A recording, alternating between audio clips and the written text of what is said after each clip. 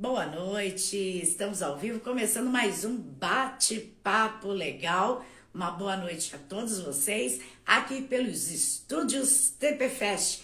E hoje temos a entrevista através dos espaçosjurídicos.com.br com a advogada doutora Lidiane Pinheiro, com o tema de contribuinte facultativo.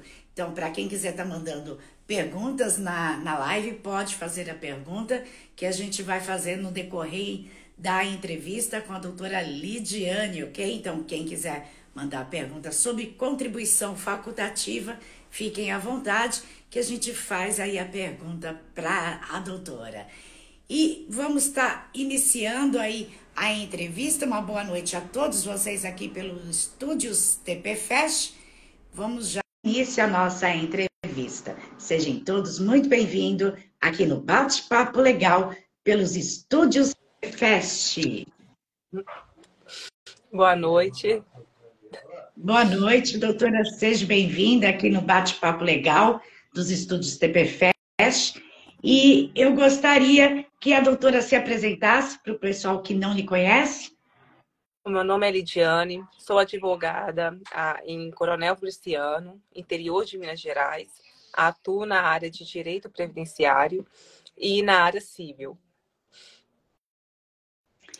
E, doutora, hoje o tema é contribuinte facultativo. Sim. E eu começo a perguntar para a doutora qual a diferença entre o contribuinte individual com o facultativo.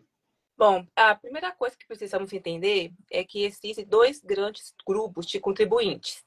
O contribuinte obrigatório, que é aquele que exerce alguma atividade remunerada, e temos os contribuintes facultativos. Esses não exercem nenhum tipo de atividade remunerada, só que eles têm a opção de recolher para o INSS.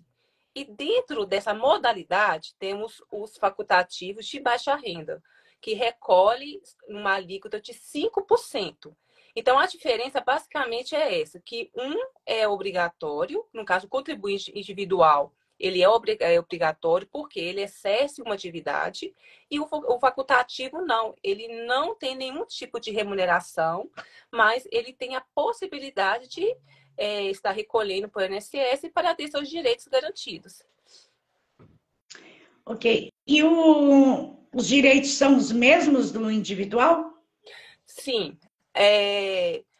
A única diferença é que no facultativo de baixa renda, que como ele recolhe sobre 5% do salário mínimo, ele não vai ter direito a uma aposentadoria por tempo de contribuição.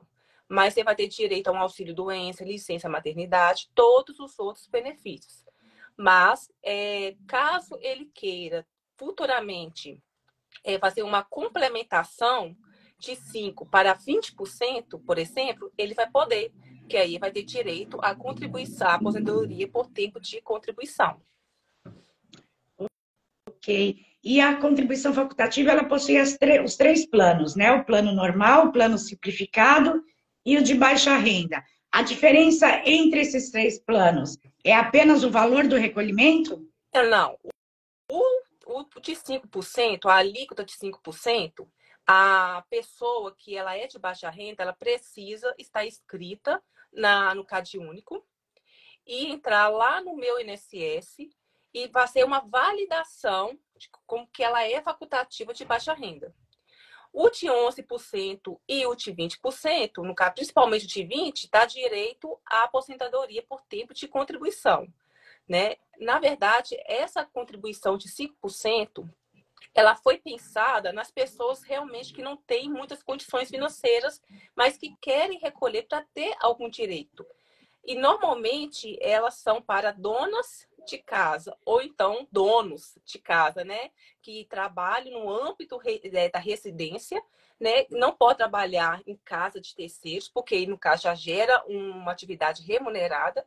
Então, uma dona de casa, ela pode, né, se for de baixa renda, recolher sobre 5% para ter os benefícios que a Previdência Social ela oferece. Quem está desempregado também entra nessa parte de baixa renda, doutora? Sim, quem quiser também, estudantes podem contribuir. Se alguma pessoa mora no exterior e quer contribuir aqui, tem que ser como facultativo. Por quê? Quando a pessoa recolhe como contribuinte individual, ela precisa comprovar o vínculo. Né? Por exemplo, uma pessoa que trabalha como Uber e quer recolher como contribuinte individual, ela vai precisar de comprovar o vínculo. Agora, se a pessoa está morando lá no exterior e deseja recolher aqui para uma futura aposentadoria, aí ela precisa recolher como facultativo, porque não tem a obrigação de estar comprovando o vínculo. O vínculo, né? E as pessoas que se enquadram no facultativo de baixa renda, então é a dona de casa, o desempregado também se enquadra no de baixa renda? Não, mas o de baixa renda tem que cumprir o critério da renda, né? Mas o Que é feita a comprovação, então? Sim, no caso, o de baixa renda, via de regra, são as pessoas donas de casa, que trabalham no âmbito da sua própria residência. Aí o contribuinte facultativo, né, que é o geral, que vai contribuir sobre 11 ou 20%, aí sim, aí eles podem ser desempregados, podem ser dona de casa, pode ser alguma pessoa que esteja morando no estrangeiro, aí sim, aí pode. Então, o desempregado, ele entra na contribuição de 11% do facultativo. 11%, ou dependendo do caso, pode ser sobre 5%, vamos supor, se for a dona de casa que está desempregada, ela encaixar dentro dos requisitos de 5%, ela entra. Ok. E o contribuinte facultativo, ele pode contribuir tanto mensalmente como trimestral. Se ele optar pelo trimestral, tem alguma vantagem, doutora? O trimestral é porque vai acompanhar o calendário trimestral do ano. Por exemplo, vai janeiro, fevereiro e março é o primeiro trimestre.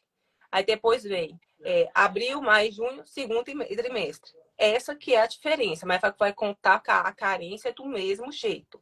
Aí só que o valor que vai ser pago vai ser de uma vez só, né? Aí o que ia pagar mês a mês, aí junta 3 meses. Aí altera no valor. A carência mesma, de 12 meses. Sim. Aí a carência vai ser contada da mesma forma. Da mesma forma. E tem que prestar muita atenção no código também. Porque pode recolher tanto pela guia ou pelo carnê. Mas o código mensal e o código trimestral, eles são diferentes. Aí tem que prestar atenção na hora que estiver fazendo o recolhimento, né? Na hora que preencher. Certo. E o segurado facultativo, ele tem algum período de graça? Sim. Ele tem um período menor que os outros. Ele tem um período de 6 meses após a última contribuição. Né? Os outros têm 12, 24 e, dependendo do caso, 36 meses. Mas o facultativo são apenas 6 meses. E no facultativo pode ser recolhido os atrasados, doutora? Sim, pode, mas para recolher os atrasados é só também de 6 meses de atrasado e tem que ter alguma vez recolhido como facultativo. Então, se uma pessoa ela nunca recolheu como facultativo, não tem como ela fazer esse recolhimento em atraso. Ela precisa ter uma inscrição prévia para estar fazendo o recolhimento em atraso. E é somente 6 meses que pode. Até 6 meses, né? É de 1 a 6 meses. Até 6 meses pode estar recolhendo os atrasados desde que já contribuía como facultativo. Isso, sim. E em dia também. Existe alguma vantagem nesse... Existe alguma vantagem para o facultativo, no caso, esse recolhimento com atraso? Isso aí é o que a gente chamamos de... às vezes a pessoa está quase aposentando e está faltando 6 meses, vou dar um exemplo. Aí ela pode preencher, ela pode recolher, fazer essa contribuição em atraso para preencher o requisito que esteja faltando. Mas o bom mesmo é fazer o recolhimento correto, né? Para evitar problemas futuros. E o facultativo simplificado e o de baixa renda, eles são aposentados pela idade ou também conta o período de contribuição? Então, o de 5% e o de 11% não entra para tempo de contribuição, somente o de 20%. O contribuinte de 5%, ele pode optar em futuramente fazer uma complementação para 20%, aí vai passar a ter direito à aposentadoria por tempo de contribuição, e o de 11% também, ele pode fazer uma complementação e ter direito à aposentadoria por tempo de contribuição. O contribuinte individual é a mesma forma. Se ele recolher sobre 11%, ele pode depois fazer uma complementação de 20% para chegar aos 20%. E no caso deste baixa renda, que seria pela idade dos 5%, não existe um tempo que a pessoa contribui. Então, se ela contribuir por 10 anos ou 5 anos, ela consegue se aposentar por idade? Não, aí no caso ela tem que preencher os requisitos que a aposentadoria por idade pede. A diferença é o valor que ela está recolhendo, né? Mas ela precisa de preencher os requisitos que a aposentadoria por idade pede. Ela só vai conseguir aposentar depois que preencher os requisitos. Se durante esse tempo ela precisar de um auxílio doença, se ela precisar de uma aposentadoria por invalidez, se ela precisar de um auxílio maternidade, isso tudo aí ela vai ter direito. Certo. E agora a gente vai para as perguntas dos internautas. Para quem quiser mandar pergunta que tiver ao vivo com a gente na live, quiser mandar a sua pergunta, pode mandar também que a doutora responde. Nós temos as perguntas enviadas pelo chat, pelo site e pelas redes sociais. A do Alex Silva, ele é de Indaiatuba, São Paulo, ele enviou a seguinte pergunta.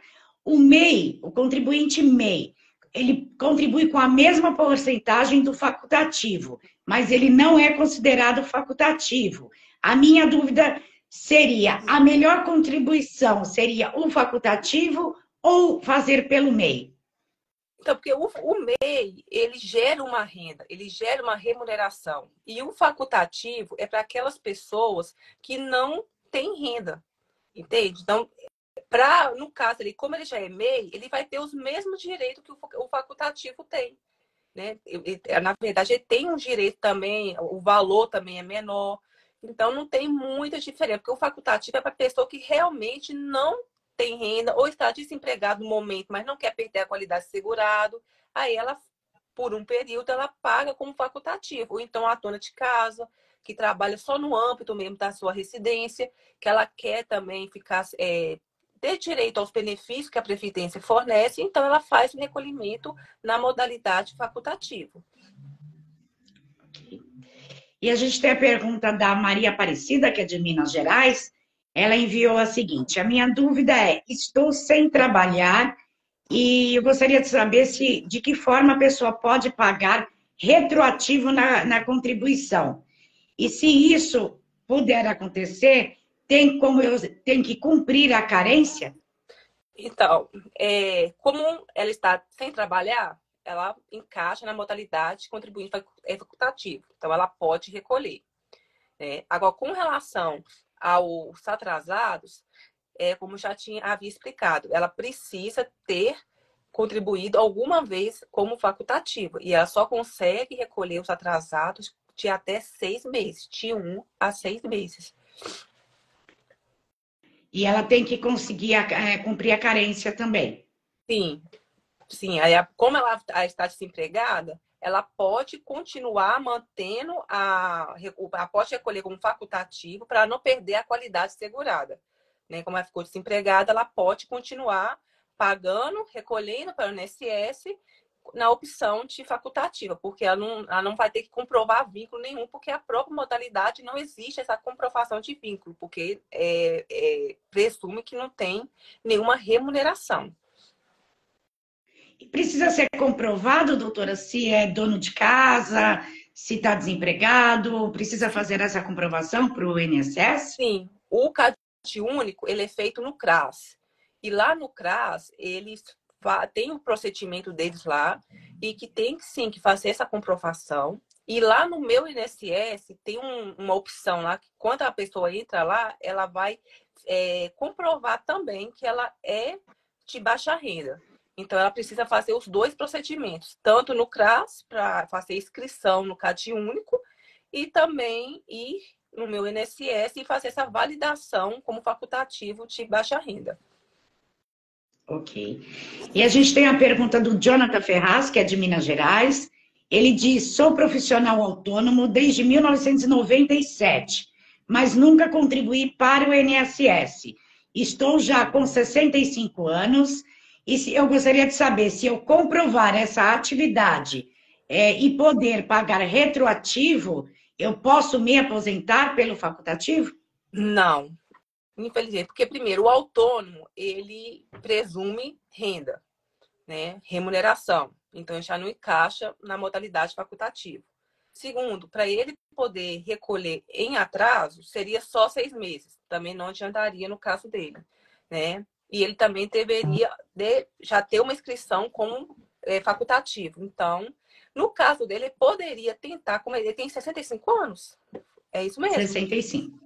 Ele pode Isso. tentar um benefício de prestação continuada, que é o LOAS. De repente, ele se encaixa nessa modalidade, que não é uma aposentadoria, é um benefício assistencial, que garante um salário mínimo, né? Mas, de repente, no requisito da renda, porque tem que ser de baixa renda, ele se enquadra e consegue esse benefício. Ok. E a gente tem a pergunta da Tereza Maria, de São Paulo. Ela pergunta: eu contribuo como autônoma e eu gostaria de saber se eu posso mudar a contribuição para facultativo. E ela contribui como autônoma, ela só pode mudar se caso ela deixar de exercer atividade remunerada. Porque o autônomo, ele encaixa lá no contribuinte individual. Ele está dentro do contribuinte individual e que presume também o quê? Uma atividade que gera renda. Então, ela tem que deixar de ter uma renda para poder conseguir recolher como facultativo. Ok. E a gente tem a pergunta da Conceição Batista, que é do Paraná. Ela fala: tenho 17 anos de contribuição facultativa, mas eu não estou conseguindo mais trabalhar. Estou com osteoporose nos pés. Eu gostaria de saber se eu posso pedir o auxílio doença. Sim, ela pode requerer. Primeiro, ela tem que ligar para o 135 ou entrar no meu INSS, fazer a solicitação, marcar uma perícia, levar os laudos, exames médicos que comprovem que ela, né, que ela está incapacitada. Aí ela vai na perícia. Se caso negar, aí ela pode procurar um advogado especialista para estar ingressando na via judicial. Mas ela pode, sim, tentar requerer o benefício, sim. E o Miguel Pires, de São Paulo, enviou a seguinte pergunta: estou desempregado e gostaria de saber qual a vantagem de eu pagar facultativo e de que forma isso iria me ajudar na minha aposentadoria. A vantagem para quem está desempregado pagar como facultativo é ter a garantia dos direitos que a Previdência ela fornece.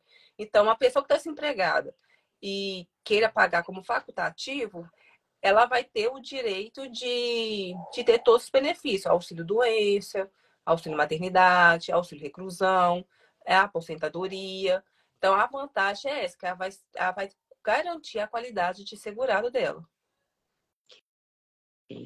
E a Lucimara Santos, de Santa Catarina, enviou para a gente dizendo: eu sou deficiente física, nunca paguei o INSS e nunca trabalhei. Recebo LOAS e eu gostaria de saber se eu posso contribuir para o facultativo e dessa forma garantir uma aposentadoria definitiva. Pode. Como facultativa ela pode, depois que ela preencher os requisitos que é a aposentadoria por idade, já pode fazer uma conversão, pedir uma conversão da título LOAS para a aposentadoria por idade. Ela pode contribuir, sim. Aí ela consegue se aposentar. Por idade, aham. E a gente tem a pergunta do Jefferson Luiz, que é da Bahia. Ele mandou um resuminho assim, doutora. Ele diz: doutora, eu trabalhei como estagiário de professor no ano de 93, 94 e 95. Em 97, eu abri uma loja e fechei ela em 99. Em 2003, voltei a trabalhar como auxiliar cooperado em escolas, até 2005. Depois desse período, eu parei de contribuir. Eu gostaria de saber se eu optar hoje para voltar a contribuir como facultativo, eu garanto esses anos dessas contribuições anteriores, depois da reforma que houve? Então, o que ele já contribuiu, ele não perde, tá? Isso aí já é um direito adquirido dele. O que ele pode estar fazendo agora é optar pela modalidade de contribuinte facultativo até ele conseguir uma atividade remunerada. Mas o que ele já pagou nos anos anteriores é um direito dele adquirido. O que ele pode estar fazendo é procurar um profissional para estar fazendo planejamento previdenciário para ele, para ver como que está a situação dele. E até mesmo para observar se precisa fazer, consertar alguma coisa, algum acerto de vínculo no próprio CNIS. Para na hora que ele preencher os requisitos, ele poder fazer o pedido da sua aposentadoria e não ter nenhum transtorno. Então, ele Então, pode... Seria melhor ele fazer um planejamento para saber também qual a melhor aposentadoria para ele recolher. Sim, qual a melhor modalidade para ele recolher, com certeza. Para não ter, seria mais vantajoso, né? Mais vantajoso. Porque, às vezes, as pessoas elas esquecem a importância do planejamento previdenciário e contribuem de forma errada, na alíquota errada. Aí, depois, quando eles vão requerer a aposentadoria, a gente tem que fazer muita correção, muita complementação. Então, o interessante é fazer esse planejamento, não importa o tempo de contribuição que você tem, não importa a quantidade de tempo que você trabalha, faça um planejamento para ver o que pode melhorar, se você está pagando a mais, se você está pagando a menos, principalmente para os autônomos, que são os contribuintes individuais e os facultativos. Porque às vezes acaba contribuindo errado, né, doutora? E depois, lá na frente, fica muito oneroso para a pessoa, né? Porque depois que passa 5 anos, principalmente na modalidade de contribuinte individual, já é indenização, não é considerado pagamento em atraso. Aí já tem juros, correção, tem multa. Então, aí o valor da indenização fica muito oneroso para o segurado. Então, coisa que ele poderia ter evitado antes, fazendo o planejamento previdenciário. Porque no caso dele, ele já contribuiu como auxiliar de professor, né? Já muda um pouquinho. Já muda. A história. Para ele poder entrar como facultativo, né? Não, para ele pode até hoje, se ele não estiver trabalhando, ele pode recolher como facultativo. Porque o que ele já recolheu, ele não perdeu, é um direito adquirido dele. Ele pode, daqui para frente, estar recolhendo como facultativo. Só que não como baixa renda, né? Porque com baixa renda tem que preencher os requisitos. Mas você pode optar pelo recolher como facultativo de 11% ou 20%. Lembrando que o de 11% não dá o direito à aposentadoria por tempo de contribuição. Somente a aposentadoria por idade. Ok. E a gente tem a pergunta do João Marcos, que é de Contagem, em Minas Gerais. Ele pergunta em relação aos códigos, quais seriam para cada situação no facultativo? Eu até anotei aqui, só um momentinho. O facultativo, se você for pagar o mensal, é o 19,29 e o trimestral é o 19,37. Mas se você for pagar pelo GPS, na hora que você faz digita o seu NIT, aparece os códigos certinho e a modalidade na frente. Esses códigos é mais para quem quer pagar naquele carnezinho amarelo que vende em casa lotérica, em papelaria. Mas o ideal mesmo seria fazer o GPS, que vem do próprio site, porque a chance de errar, de preencher errado, é menor. Tá? Certo. E a gente tem a pergunta da Terezinha Alves, que é de São Paulo. Ela pergunta: tenho 68 anos e só contribuí 5 como facultativo. Quanto tempo eu ainda tenho que pagar para conseguir me aposentar?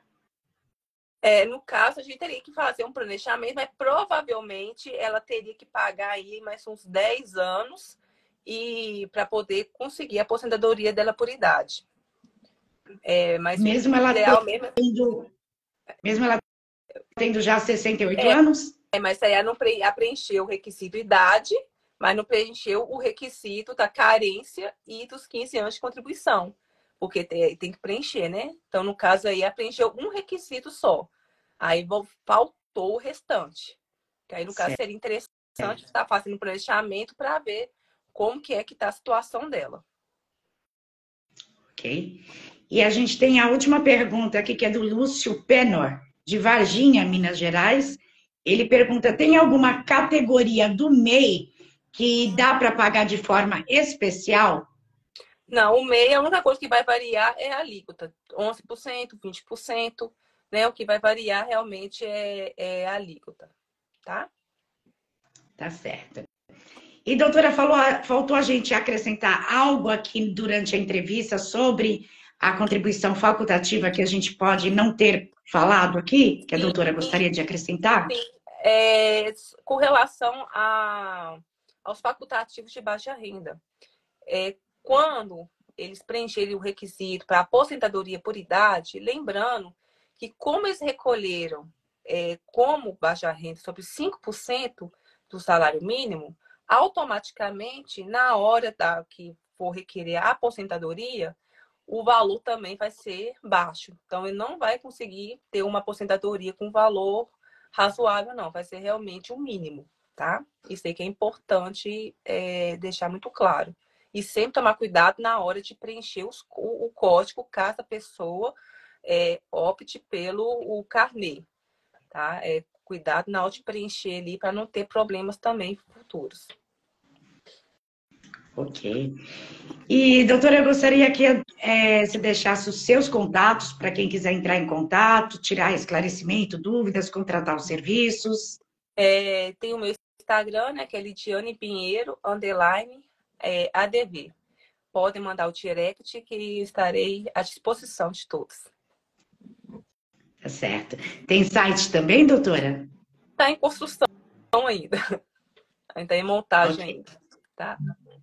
Tá certo.